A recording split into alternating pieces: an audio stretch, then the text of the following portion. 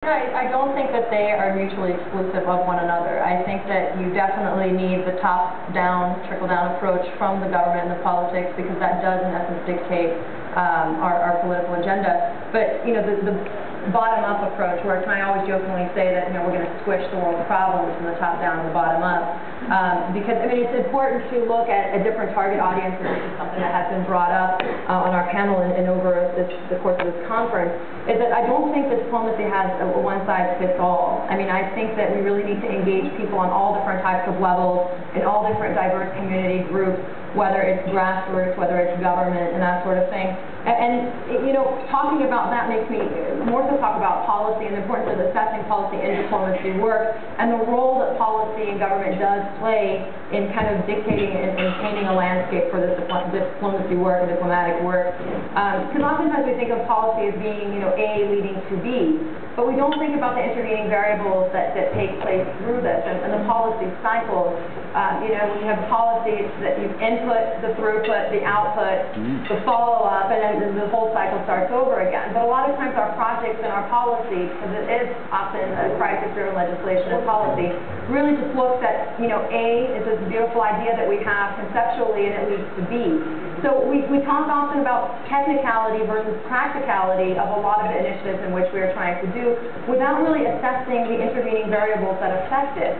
But more specifically, we don't know what those variables are oftentimes going into these initiatives. We have this great project that looks wonderful on paper, but what is the takeaway? What effects is it going to have on the ground? What is the implementation of that policy going to look like? But more specifically, how are people going to react and interact with that policy? And how do we assess the success of it versus the failure of it? And then what's the cycle of taking that policy and bringing it back into the cycle, refeeding it, changing what doesn't work, and keeping what does? And I think that's where we're missing the point, because a lot of times these happen on two different spheres. You have the academic sphere, several different spheres. You have the academic sphere, you have the government institutions and organizations, and you have the grassroots initiatives. And a lot of them happen not really considering what's going on a whole other level. So you have great politics that's taking place, and I live in D.C., and again, I can speak mostly for American politics, but you have this thing going on where even different entities and different agencies within the United States government aren't really familiar with what's going on. And then you have the people who are receiving this policy, like, what is our government thinking? You know, that doesn't reflect me, but there's not really a lot of change for communication between these different entities that are creating this so-called policy. So I think that it's important to look at the ground level also and to assess what people's takeaway is of this policy. You know, is it effective? And how do you really engage and decide whether I mean, there's no measuring stick for effectivity of cultural diplomacy. You know, one thing was, again, what's the takeaway? How are people implementing some of this stuff in their own lives? But furthermore, is it really creating a sustainable change? Is it creating sustainable outlets for exchange and communication and dialogue and cultural understanding, which is going to lead to bigger things? And also, I mean, how do you engage with people that are not willing to come to the table, which, again, are the people that are oftentimes the hardest to reach? So how do you really preach beyond the choir, think outside the box, and engage people in a sustainable dialogue which is based on mutual understanding, and not let me explain to you my policies from my perspective, but how do you really come out of your little comfort zone and try to understand what is going on the other side?